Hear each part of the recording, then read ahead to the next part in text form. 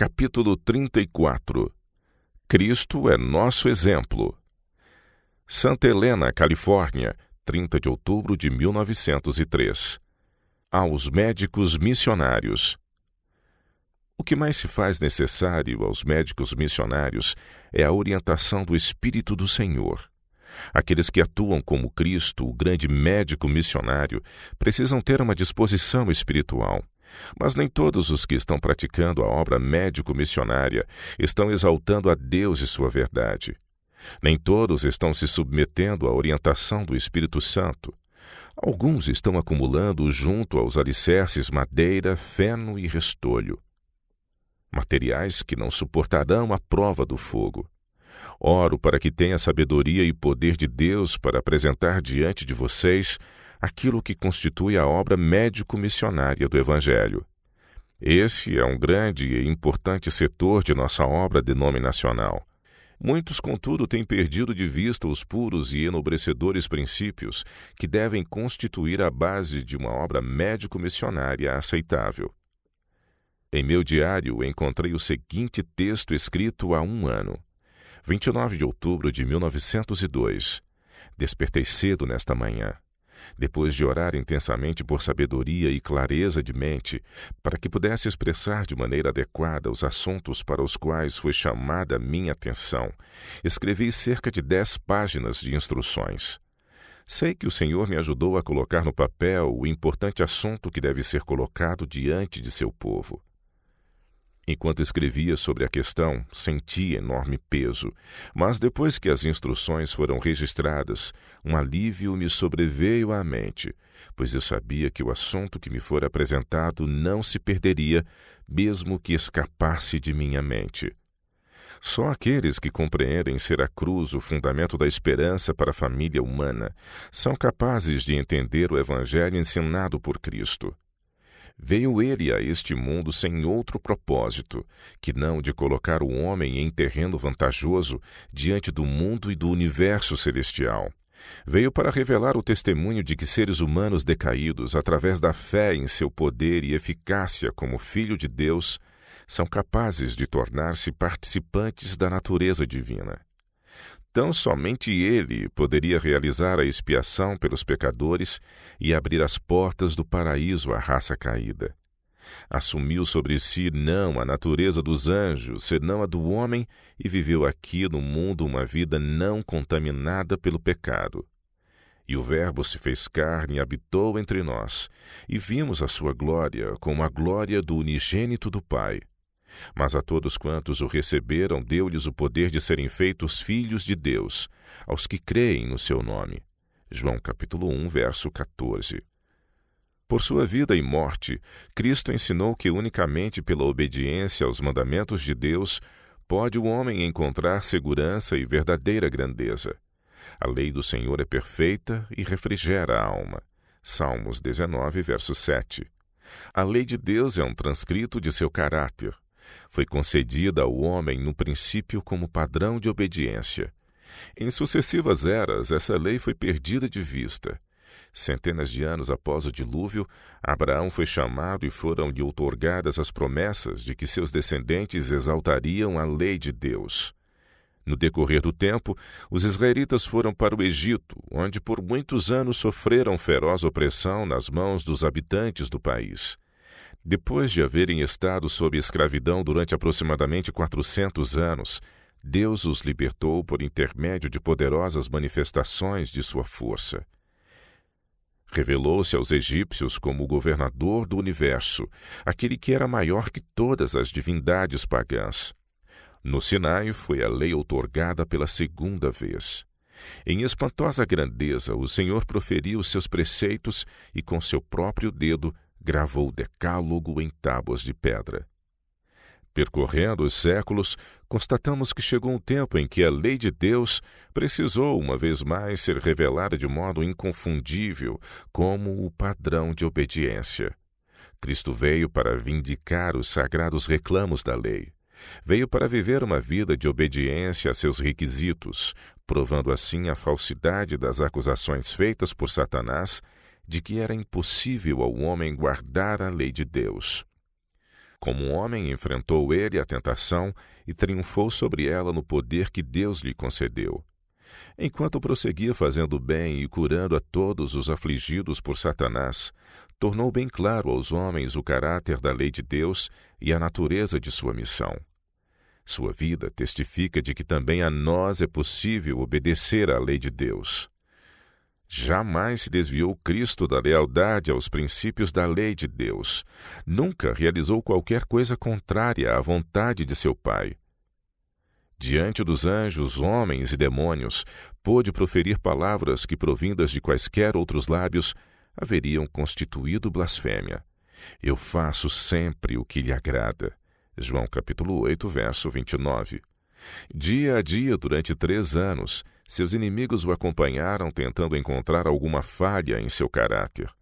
Satanás, com toda a sua confederação maligna, procurou sobrepujá-lo, mas não encontraram coisa alguma nele pela qual pudessem obter vantagem. Mesmo os demônios tiveram de reconhecer: bem sei quem és, o Santo de Deus. Marcos capítulo 1, verso 24. Autossacrifício.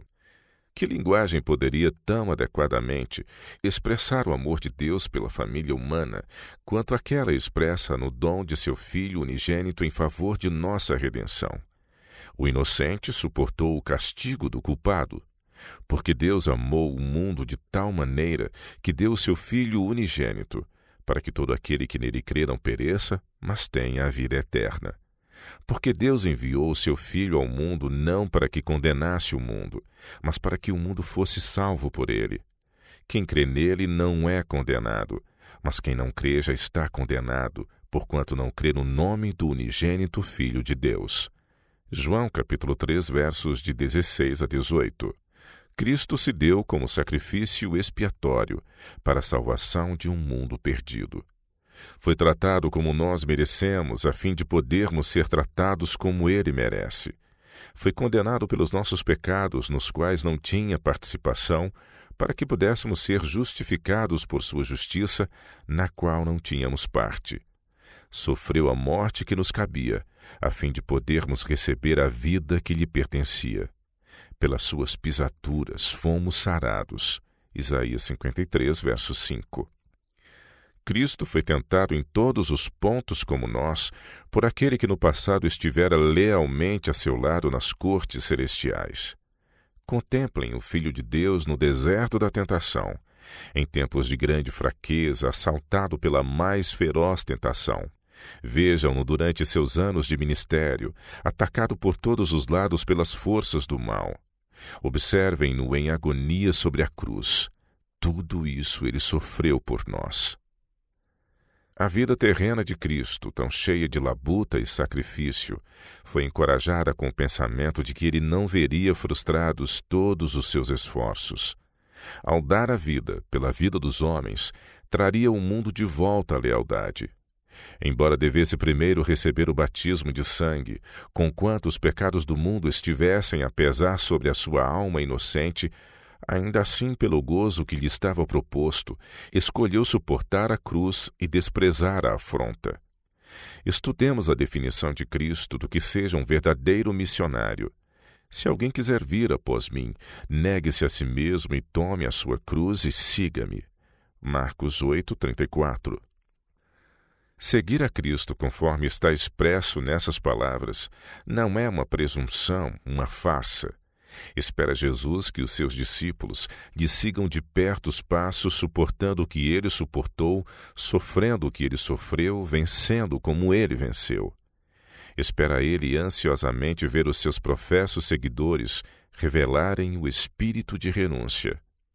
Os que recebem a Cristo como Salvador pessoal, preferindo ser participantes do seu sofrimento, viver-lhe a vida de desprendimento, suportar a afronta por sua causa, entenderão o que significa ser um verdadeiro médico missionário. Quando todos os nossos médicos missionários viverem a nova vida em Cristo, quando tiverem como guia a sua palavra, terão uma compreensão muito mais clara do que constitui a genuína obra médico-missionária.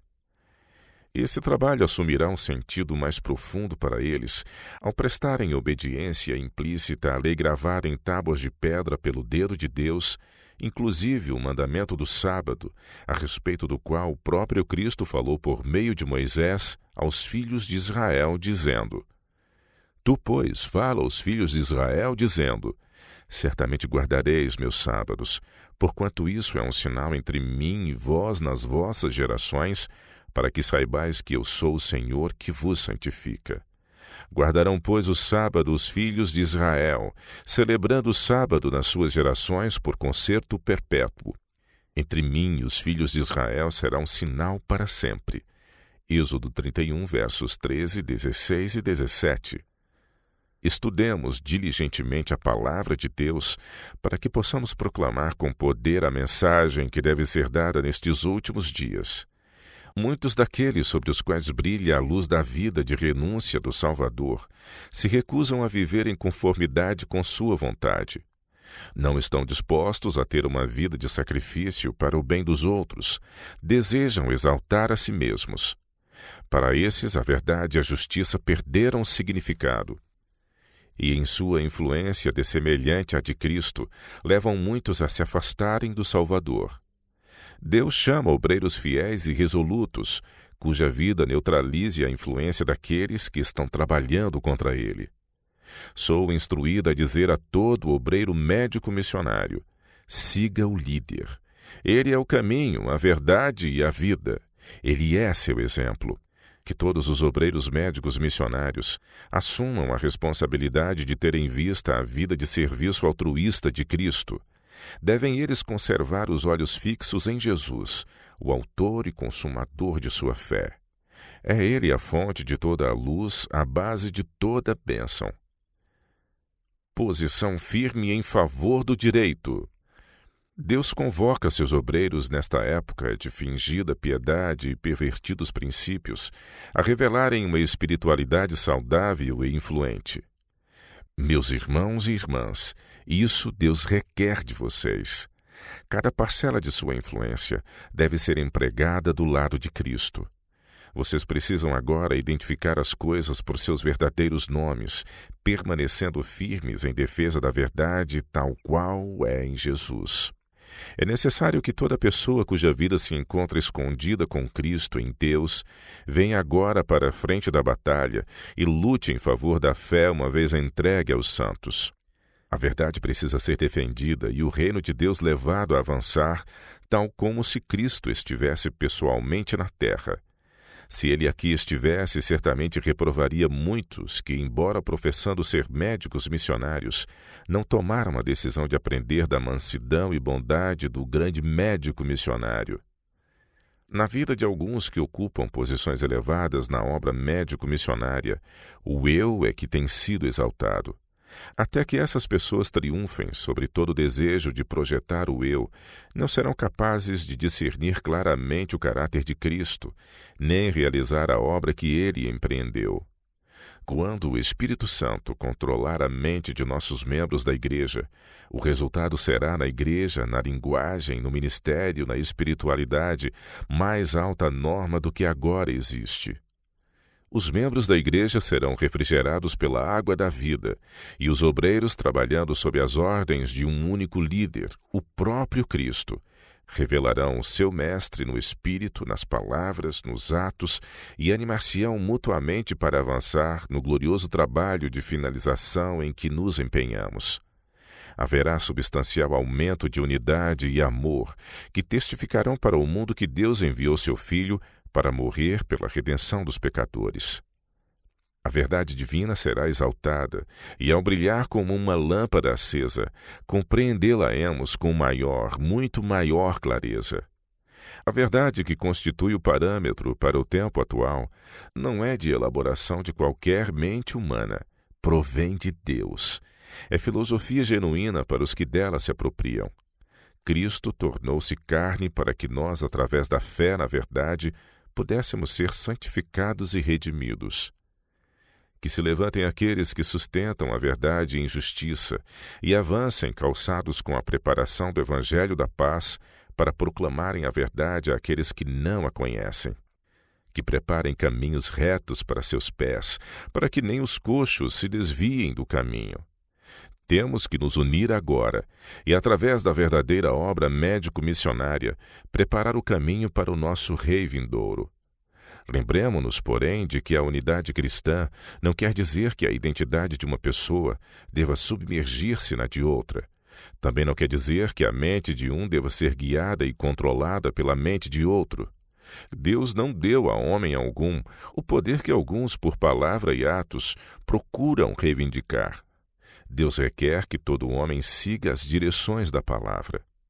Cresçamos no conhecimento da verdade, oferecendo todo louvor e glória àquele que é um com o Pai. Busquemos com mais intensidade a unção celestial, o Espírito Santo. Desenvolvamos um cristianismo puro e sempre crescente, de modo que nas cortes celestiais possamos finalmente ser considerados completos em Cristo. Aí vem o esposo, saí-lhe ao encontro. Mateus 25, verso 6. Não percam agora tempo em espervitar e fazer brilhar as suas luzes. Não percam tempo diante da busca de perfeita unidade uns com os outros. Temos de estar preparados para as dificuldades. Provações sobrevirão. Cristo, o capitão de nossa salvação, tornou-se perfeito em meio ao sofrimento. Seus seguidores se defrontarão muitas vezes com o inimigo e serão severamente provados. Não necessitam, contudo, entrar em desespero. Cristo lhes diz: tende bom ânimo, eu venci o mundo. João 16, verso 33. As linhas seguintes retratam a batalha do cristão. Pensava eu que do cristão para o céu o caminho fosse claro como o sol, como a manhã de virtude. Tu me mostraste o caminho. Era escuro e rude, pontilhado de pedra, crivado de espinhos. Sonhei com celestial recompensa que perdura. Perdi o ramo de palma, as vestes e a coroa. Pedi, mas me mostraste a cruz e a sepultura. Vigiai, estai firmes na fé. Portai-vos varonilmente e fortalecei-vos. Todas as vossas coisas sejam feitas com caridade. 1 Coríntios capítulo 16, versos 13 e 14.